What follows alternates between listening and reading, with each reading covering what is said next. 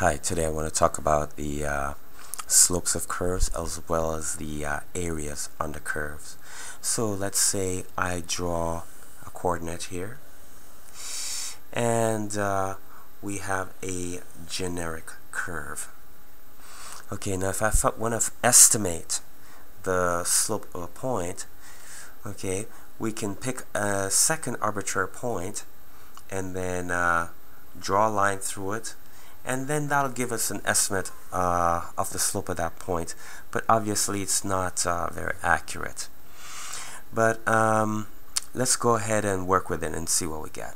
Okay, now let's say this slope or this curve here is called f of x, or we can say y is a vertical, so y is going to be equal to f of x, and then we have x. Okay, so now let's say this point here is y and x.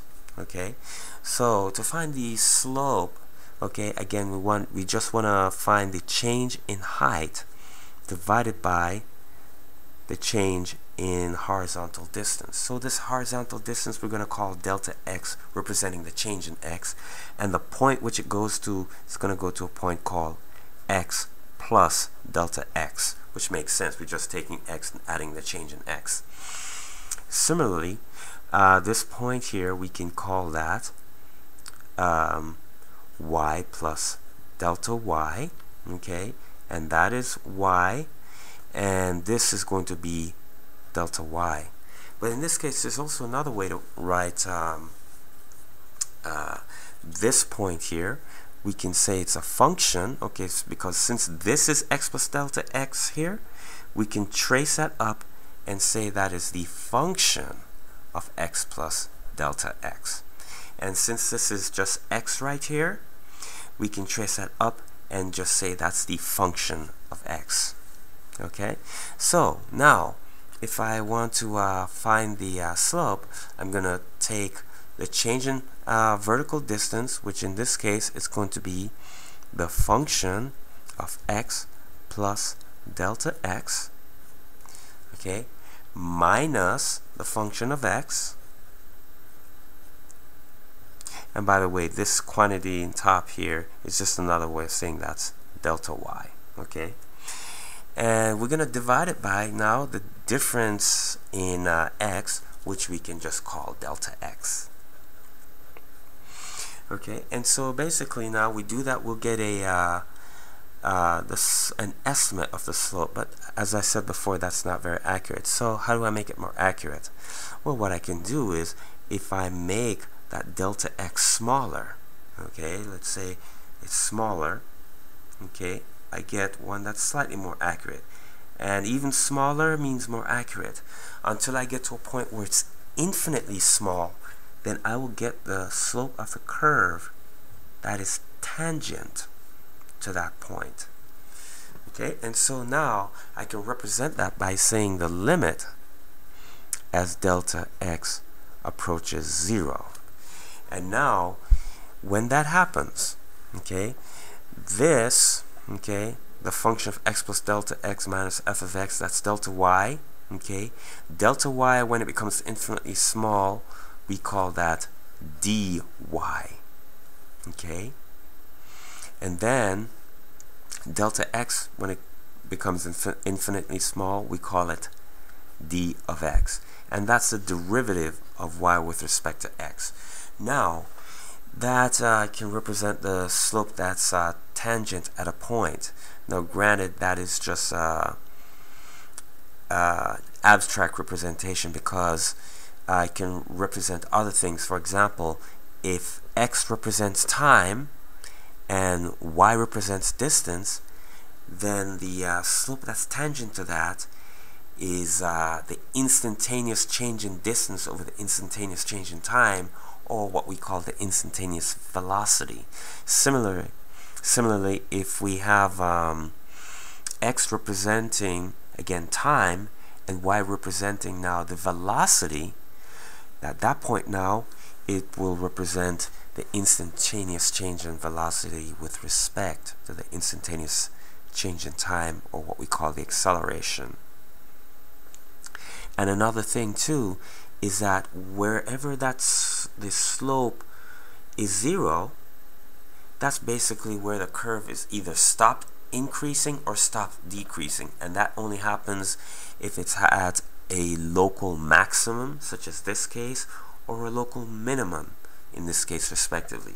And so if we want to find the local maximum or local minimum, we can take the derivative, we set it to 0 and figure out what it is, and then we'll know the answer to that. Okay, so with that in mind, let's go ahead and do an example problem. Okay, in this particular example problem, we're going to say that y, or in this case f of x, that's y, is equal to f of x, and we're going to say that's x squared plus some constant which we call c. Okay, and let's say that is c. Okay, because if the c was 0, then it would be sitting on the origin. Okay, so now I want to find what the generic slope of that line is. Okay, so again, I'm going to use this formula up here which we derived, and then see what we get. Okay, so it's going to be now, in this case, x plus delta x. Okay, so we have here, that's x plus delta x, and that's the function of x plus delta x, and then we're gonna pick another point, actually that's x plus delta x. Okay, then the next point, this point here, is gonna be x, with that little distance there being delta x. X plus delta x, okay, squared plus c, okay, because I basically take x plus delta x and put it where the x is, okay, minus, in this case, x squared plus c, okay, that's the function of x, and divide that by delta x. And of course we're going to take the limit as delta x approaches 0. Okay, so what we're going to get here, we're going to get, okay, x squared plus 2x delta x plus delta x squared plus c minus x squared minus c, all divided by delta x, and that's of course with the limit as delta x approaches 0. And so what we know the plus c and the minus c cancel each other out. We know that the plus x squared and the minus x squared, those are going to cancel each other out, and that's going to be equals to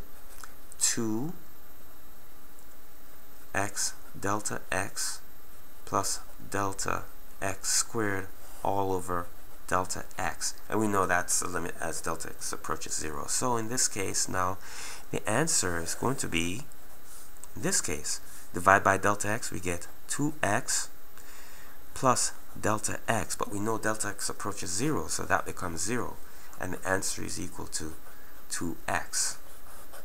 Okay, so when x is equal to 0, we know that it's flat. If x is equal to 1, the slope is 2. If we notice the constant disappears, that's because if you shift this entire curve up or down, the slope at each x point becomes the same. Okay, or shall I say stays the same. Okay, so that is for taking the slope of a curve. Okay, so now let's take a look at finding the area underneath a curve. Okay, so now this time now we're gonna have a curve, and we call that f of x. That's a curve. Okay, and this time now we know that, okay, we have x, f of x is a curve, and this time now we're gonna say now let a of x represent the area under the curve up to the point of x. Okay, so let's say x is right here. This is x. That just means the x-axis. This is the actual x. So basically now, that's the area under the curve, this shaded area under here, all the way up to x. So now how would I estimate that? Well, I can break it up into little rectangles. Okay, and do that. And naturally, that's not going to be very, it's not going to be perfectly accurate, but it's going to give us an estimate. And the width of each curve, of each rectangle, I should say, is delta x. Now, if we have n of those, n number of rectangles, then delta x is also equal to x divided by n. Okay, so with that, all right, and that's the width. The height is going to be the function of x at that point. So if this is x over n, so I'm basically going to add them up. It's going to be ax, okay, and this is going to be shall we say, I won't call it anx of x yet because it's just an estimate. We shall say, okay, it's f of 1 over n, this little one here is 1 over n times x, okay, that's a height, times delta x, that's a width, that's an area, plus function of 2 over n, that's this next one here, 2 over n times x times delta x, okay, plus f of 3 over n, okay, x times delta x, and going on and on and on until we get all the way up to now the function of n over n, which is 1, times x, which means that's a function of x, times delta x. Okay, so now we have an estimate. Now, if we notice, the skinnier we make those curves and the more of them we use, okay, and naturally the skinnier we make them, the more we can fit underneath the curve up to that point of x, the more accurate that estimate of area is going to be. And so in this case, as delta x approaches 0, it becomes more accurate. But it also means, since it's inversely proportional to n, means as n approaches infinity, it becomes more accurate. Okay, so now let's say now, so granted, if we take this as delta x approaches 0, then that's going to approach the exact number. Okay, so now let's say now I want to find the derivative of this. Now if I want to find the derivative of this, I can go back to this formula right here. Okay, and so in this case now, it's gonna be the area of this plus a delta x, okay, and mind you, the area of that is gonna be, f of 1 over n x times delta x plus f 2 over n x times delta x plus on and on and on, plus f of n over n x times delta x plus f of n plus 1 over n x times delta x. Okay, and that's this entire thing here. Okay, so what I'm gonna do, I'm gonna take this here, which is everything including this added little rectangle here, and I'm gonna minus the first, so which is what I'm doing here. That's the a of x plus delta x, okay, minus a of x, and let me write that down. Okay, so if I want to find the derivative of the area underneath that curve, it's going to be a of x plus delta x minus a of x all over delta x, and that's the limit. Delta x approaches 0. So now, if I take this whole thing here and I minus that part here, the only thing I'll have left is this little rectangle here, which I'm going to shade in. And similar, if I take this and minus the top, these all cancel out except for this little part right here. And by the way, that's n over n delta x. That part is equal to the function of x plus x over n times delta x. And notice x over n is equal to delta x, so that's a function of x plus delta x times delta x, which is what we have here. The function of x plus delta x, which is the height, times delta x, okay, which this now becomes f of x plus delta x times delta x. That's if you minus this from that. As I said, all we have is this little sliver of a rectangle here left, divided by delta x. Well, that cancels, and the answer is going to be equal to f of x plus delta x. Well, if delta x approaches 0, well, that's f of x plus 0, which is equal to f of x. Now, one more thing I forgot to add. As delta x becomes 0, the area of the entire thing, okay, becomes what we call the integral of x. And so we added up. Integral means you're including. That is depicted with kind of like an elongated s, f of x, and as we know, delta x becomes d of x. And if we take the derivative of that, as I just demonstrated, we get this.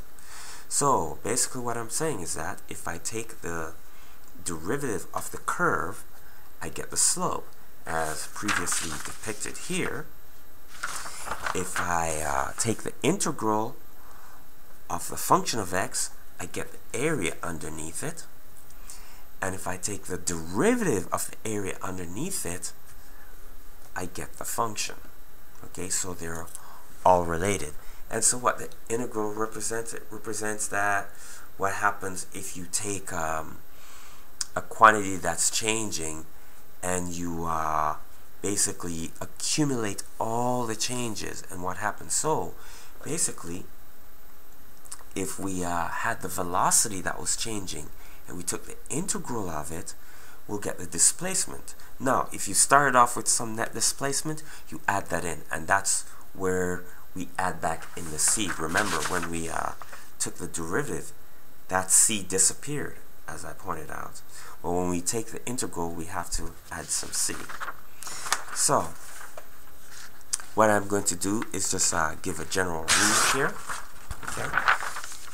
Let's say if we have an f of x, and we have the integral of f of x dx. And these you can all calculate those from for yourself using the same rule that I did.